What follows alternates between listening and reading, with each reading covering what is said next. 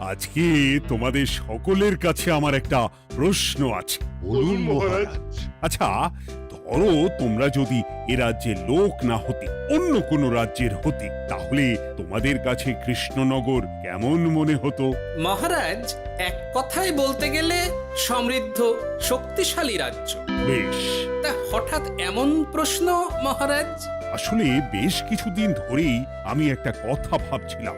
ঈশ্বরের দয়ায় আমাদের সবই আছে, তবু রাজ্যকে আরো শক্তিশালী ও অন্যান্য রাজ্যের সাথে সুসম্পর্ক বজায় রাখা একটা রাজধর্মে পড়ে। ঠিক বলেছে। ঠিক বলেছেন। বলি, তুমি কি এসব কথা কখনো ভাবো মন্ত্রী? হ্যাঁ, মানে আগে রোজ না, কিন্তু কখনো সখনো বোধহয় ভেবেছিলাম। কবে শুনি? ইয়ে ওই তো কিছুদিন আগে, ওই সেদিন। এটা ঠিক কোন সেদিনের কথা বলছেন মন্ত্রী মশাই? যেদিন আকাশে ওই দুটো সূর্য উঠেছিল? তোমাকে সবকিছুতে ফোড়ন কাটতেই হবে না গোপাল, হ্যাঁ? কি আর করি বলুন, আপনার কষ্ট যে আর সহ্য হয় না। যাই হোক, মুদ্রা কথা হলো, এসব কথা মাথায় রেখে এখন আমাদের কিছু করা উচিত। কিন্তু কি করা উচিত সেটা আমি ঠিক বুঝতে পারছি না। এই একটা করে রসগোল্লা খাওয়ালে কেমন হয়? এই, তুমি থামবে? মহারাজ, আমার কাছে একটা উপায় আছে। 10 দিনের একটা মিলন মেলার আয়োজন করলে কেমন হয়? খুব বাজে হবে। একটা মেলা কত ঝামেলার কাজ সেটা বোঝো? একেই কত খরচ, তার উপর আবার অনেক লোক। মোটেই না, এটা তো দারুণ বুদ্ধি দিয়েছো গোপাল। এমন কিছুই তো চাইছিলাম। দূর, আজ সবকিছুই আমার বিপক্ষে মনে হয়। দিনটাই খারাপ। আমি বরং চুপই থাকি। তাহলে সবাই শোনো, 1 সপ্তাহ পর কৃষ্ণনগর এক বিরাট বড় মিলন মেলার আয়োজন করছে, আর তার জন্য লোকজনকে নিমন্ত্রণ করার কাজ দেখবে গোপাল। যথাজ্ঞা মহারাজ। আর মন্ত্রী, ভালো করে শুনে রাখো, মেলা প্রাঙ্গণ সাজানো, ঠিকঠাক নিরাপত্তা, এসব তোমার দায়িত্ব। আচ্ছা, কিন্তু বলছিলাম যে সবকিছু ভালো করে করতে গেলে খরচও তো। ওসব নিয়ে তোমাকে চিন্তা করতে হবে না। যত খরচই হোক আমাকে বলো, আমি দেব। আরে বাস, তো দারুণ ব্যাপার। এই ফাঁকে যদি কিছু আমারও লাভ হয়ে যায়, তাহলে গিন্নির গলার হারটার কিছু একটা করতে পারবো। বেশ, তাহলে প্রত্যেকে নিজেদের কাজ শুরু করে দাও।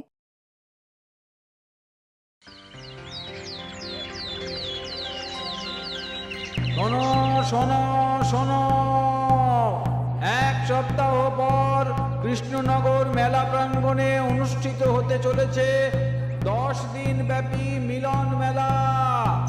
সকল গ্রামবাসীকে এই মেলায় আসার জন্য আমন্ত্রণ জানানো হচ্ছে। শোনো শোনো শোনো।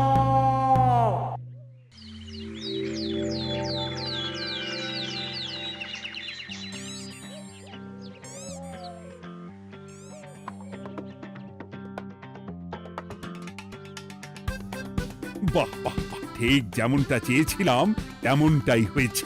আর এসব কিছুর জন্য আমি গোপালকে ধন্যবাদ জানাতে চাই।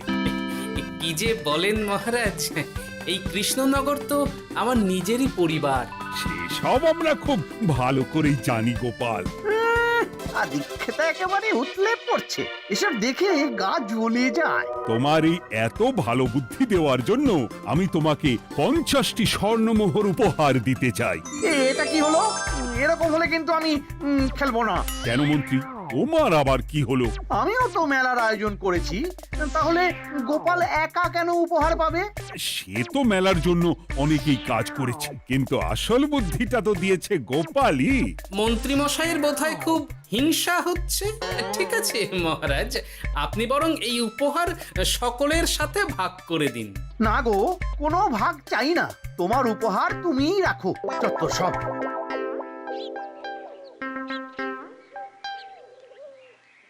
আমার কি এত খারাপ দিন এসেছে নাকি যে আমাকে গোপালের থেকে পুরস্কার নিতে হবে? অনেক হয়েছে। না না না, এবার আমাকেই কিছু ভাবতে হবে মনে হচ্ছে।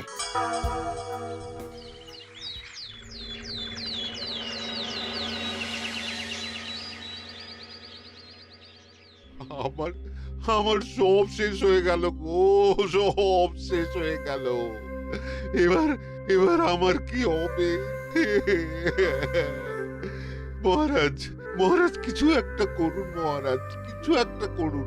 চিন্তা করো না, আমি দেখছি যারা দোষী তারা শাস্তি পাবেই। কি শুরু হলো বলো তো হঠাৎ করে?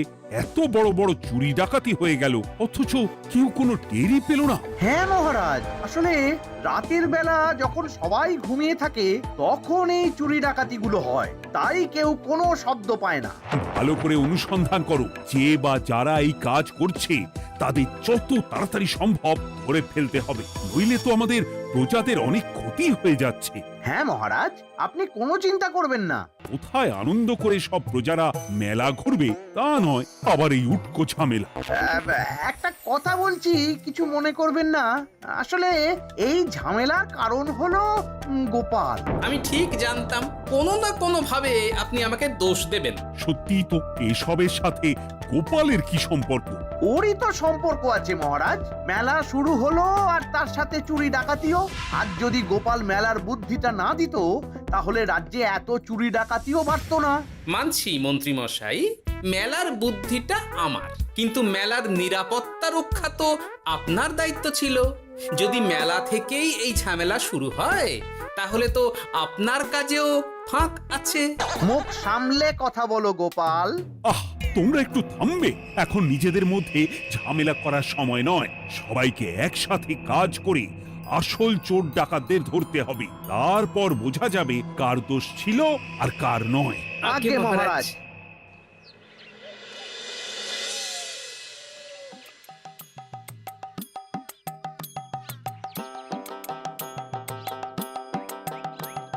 এই তো তুমি এসে গেছো। তাড়াতাড়ি মুখ হাত ধুয়ে বসো, তোমার জন্য একটা জিনিস এনেছি। বলো কি জিনিস? আরে আরে একটু অপেক্ষা করোই না, আমি আনছি। হ্যাঁ বেশ, আনো তাহলে। এই নাও, খাও। মিষ্টি দই। হ্যাঁ গো, খেয়ে দেখো তো কেমন। দারুণ সুন্দর স্বাদ তো গিন্নি। কোথা থেকে এনেছো? ভালো, মেলা থেকে এনেছি। ও জানো, বিনা পয়সায় গো। বিনা পয়সায়? তা কে দিল শুনি? আরে সুজন দইওয়ালা, বড় ভালো ছেলে। শুধু আজ নয়, ও রোজই মানুষকে ভালোবেসে না বিনা পয়সায় দই খাওয়ায়। হ্যাঁ বাবা, বেশ অবাক করা কাণ্ড। আসলে সুজনের দেশের বাড়িতে অনেক জমি জমা, গরু মোষ আছে। ও তাই বলে ওর টাকা পয়সার নাকি কোনো দরকার নেই, তাই ও বিনা পয়সায় খাওয়ায়। হ্যাঁ বুঝলাম। বাবা, খুব ঘুম পাচ্ছে এখন। ও গিন্নি, শোনো না, আমি বরং একটা ঘুম দিই এখন, বুঝলে? তুমি বরং বিকেলে আমায় একটু ডেকে দিও, ওর কাজ আছে। আচ্ছা বেশ। তোমাদের জন্য সেটাই ভালো, কারণ এমনিতেই মহারাজ চোর ডাকাত ধরার জন্য প্রহরীর ব্যবস্থা করছে পুরো রাজ্যে। না না না, সে নিয়ে আপনি চিন্তা করবেন না।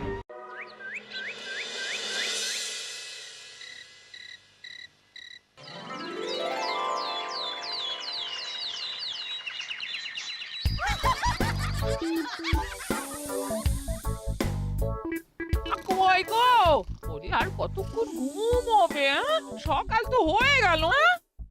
সে কি গিন্নি, সকাল? তোমাকে যে আমি কতবার বললাম আমাকে বিকেলে ডেকে দেবে। বলি কবেকার বিকেল? গতকালে না আজকে? তা তোমার বুদ্ধিতে কি বলে গিন্নি? আমার বুদ্ধি নিয়ে কথা বলো, আগে নিজের ঘুমকে দেখো। গতকাল বিকেল থেকে ডেকে ডেকে গলা ব্যথা হয়ে গেল, কিন্তু ওনার ঘুম আর ভাঙে না। হতেই পারে না। পারে না? ওদিকে কাণ্ড দেখো, রাতের খাবার পর্যন্ত পড়ে আছে। হ্যাঁ আজব কাণ্ড। যাই হোক, অনেক দেরি হয়ে গেছে বুঝলে, আমাকে এক্ষুনি রাজসভার জন্য বেরোতে হবে।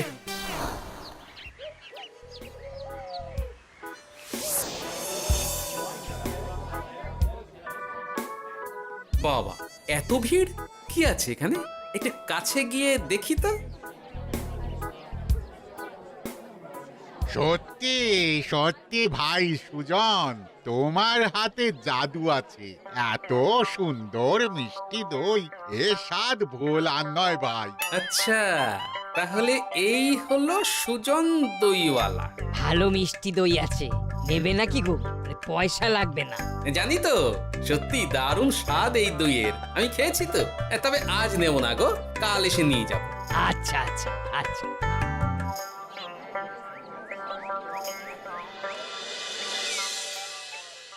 আর কোনো নতুন খবর পেলে ওই ডাকাতদের ব্যাপারে? না মহারাজ, এখনো ঠিক ধরতে পারিনি। ওরা বোধহয় বুঝতে পেরে গেছে যে আমরা খোঁজ করছি। মহারাজ, আমার মাথায় একটা নতুন বুদ্ধি এলো। রাতের বেলা করে সব বাড়িতে পাহারা দেওয়া শুরু করলে কেমন হয়? সব চুরি তো রাতেই হচ্ছে। আরে, এ তো দারুণ বুদ্ধি।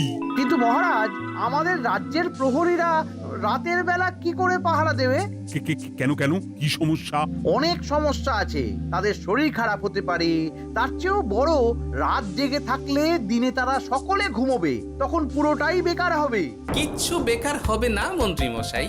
আমাদের প্রচুর সেনা আছে, তাদের সকলকে দায়িত্ব ভাগ করে দিলেই হয়ে যাবে। তুমি বেশি বোঝো।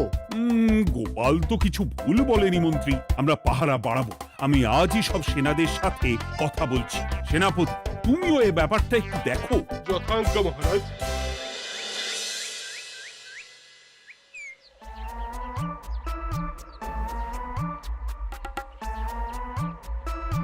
চোর ডাকাতদের ধরার জন্য যদি একটা সূত্রের হদিশ পাওয়া যায়, তাহলেই কেল্লা ফতে। কিন্তু সেটাই পাওয়া যাচ্ছে না বলেই এত সময় লাগছে। আরে, ওটা মন্ত্রী মশাই মনে হচ্ছে না? আড়ালে দাঁড়িয়ে এরকম কার সাথে কথা বলছে? এবার আমি যা বলছি ভালো করে শোনো। আজ রাতে মেলার পিছনের দিকে যে মাঠটা আছে সেখানে চলে এসো। বাকি কথা ওখানেই হবে। এই জায়গা নিরাপদ নয়। বেশ রহস্যজনক ব্যাপার। মেলার পিছনের মাঠ বললো না? রাতে আমাকেও দেখতে হবে কি হয় সেখানে।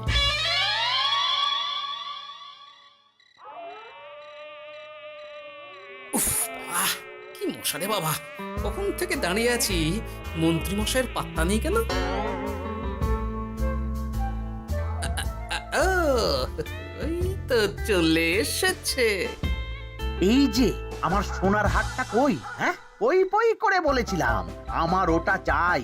আগে কি আর বলি বলুন তো, ওই হাটটা আমাদের দলের প্রধানের খুব পছন্দ হয়ে গেছে, তাই কোনোভাবেই ওটা দিতে পারলাম না। কি এত বড় সাহস! আমার বলার পরেও তুমি এরকম করলে? বড় ভুল হয়ে গেছে মন্ত্রী মশাই, এবারের মতন ক্ষমা করে দিন। আর হবে না, এই কথা দিচ্ছি। তোমাদের জন্য সেটাই ভালো, কারণ এমনিতেই মহারাজ চোর ডাকাত ধরার জন্য প্রহরীর ব্যবস্থা করছে পুরো রাজ্যে। না না না, সে নিয়ে আপনি চিন্তা করবেন না।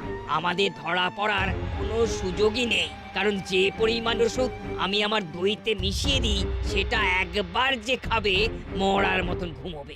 বাহ বাবা, সে তো খুব ভালো। করো করো। তার কোনো নতুন খবর পেলে? মেলা তো শেষের দিকে। হ্যাঁ, পেয়েছি। পাশের গ্রামের বলরাম নামে এক বড় মহাজন আছে। পরশু তার মেয়ের বিশাল ধুমধাম করে বিয়ে। শেষ একটা বড় দান মারতে পারলেই আপনার আমার দুজনেরই শান্তি। আচ্ছা, এই ব্যাপার তাহলে। এসব কিছুর পেছনে মন্ত্রী জড়িত। এইবার বুঝতে পারছি কেন রাতের পাহারাতে ওনার এত আপত্তি ছিল। কিন্তু ওই লোকটা কে? ঠিক আছে, এখন যাও, একটু সাবধানে কাজ করো আর আমার পাওনাটা ঠিকঠাক দিও, কেমন? সে কি সুজন দইওয়ালা? এবার আমার কাছে পুরো ব্যাপারটা পরিষ্কার হয়ে গেছে। না, কালই মহারাজকে সব জানাতে হবে, আর এদের হাতে নাতে ধরার জন্য একটা উপায় ভাবতে হবে।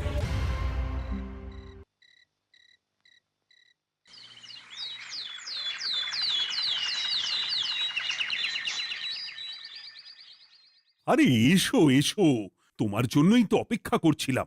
কি এমন জরুরি কথা আছে যে একান্তে দেখা করতে চাইলি? কোন মুখে বলি মহারাজ, সর্ষের মধ্যেই যখন ভূত তখন আর কি। মানে একটু খুলে বলো তো কি হয়েছে? আমাদের রাজ্যের এই এত বড় বড় চুরি ডাকাতির পিছনে কারা আছে সেটা আমি জানতে পেরে গেছি মহারাজ। হ্যাঁ, এ তো দারুণ খবর। তাহলে আমরা এখানে কি করছি? এখনই তাদেরকে গিয়ে বন্দি করি? না মহারাজ, আমাদের হাতে কোনো প্রমাণ নেই, তাই ওইভাবে বন্দি করতে পারবেন না। কেন বলতো, কারা আছে পেছনে? সেটা আপনি নিজের চোখেই দেখে নেবেন পরে। তবে এটা জানিয়ে রাখি, আমাদের মন্ত্রী মশাইও যুক্ত আছেন। কি? আমাদের মন্ত্রী? এত বড় বিশ্বাসঘাতকতা! আমি এখনই নিজের হাতে ওকে বন্দি করতে চাই। না না না না মহারাজ, সেটা করলে বাকি ডাকাতদের ধরতেই পারবেন না। তাহলে উপায়? আমি জানতে পেরেছি এই ডাকাতদের পরের নিশানা হলো পাশের গ্রামের বলরাম মহাজনের বাড়ি। বলরাম মহাজন? কাল তোর মেয়ের বিয়ে, আমাদেরও তো নিমন্ত্রণ আছে সেখানে। তাহলে তো আরোই সোনায় সোহাগা। শুনুন মহারাজ, আমার মাথায় দারুণ এক বুদ্ধি এসেছে। সে কি? হ্যাঁ, আপনি কোনো চিন্তা করবেন না, আমি শুধু যা বলছি সেটা করুন, বাকিটা আমি সামলে নেব। তবে দেখবেন যেন মন্ত্রী মশাই এসবের কিচ্ছুটি টের না পায়। বেশ বেশ বেশ।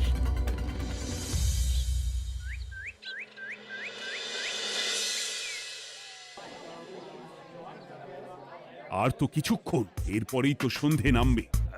তোমার সবকিছু তৈরি তো? হ্যাঁ মহারাজ।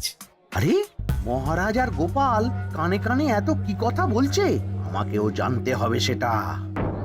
ওই যে আসছে মরকটটা, আমার আর ওকে এক মুহূর্ত সহ্য হচ্ছে না। মনে হচ্ছে গুদুম গুদুম করে ওর মাথায় গাঁটটা মারি। শান্ত হন মহারাজ, দয়া করে শান্ত হন আর একটুখানি। তারপর আপনি মন্ত্রী মশাইয়ের সাথে যা ইচ্ছে করবেন। ওর আমি বরং অন্যদিকে যাই, মুখ দেখলেই আমার মাথাটা গরম হয়ে যাচ্ছে। সেই ভালো। কি হলো ব্যাপারটা? যাই হোক, আর তো কিছুক্ষণ, তারপর আমার বিশাল লাভ হবে। বরং ততক্ষণ আমি পেট পুজো করি।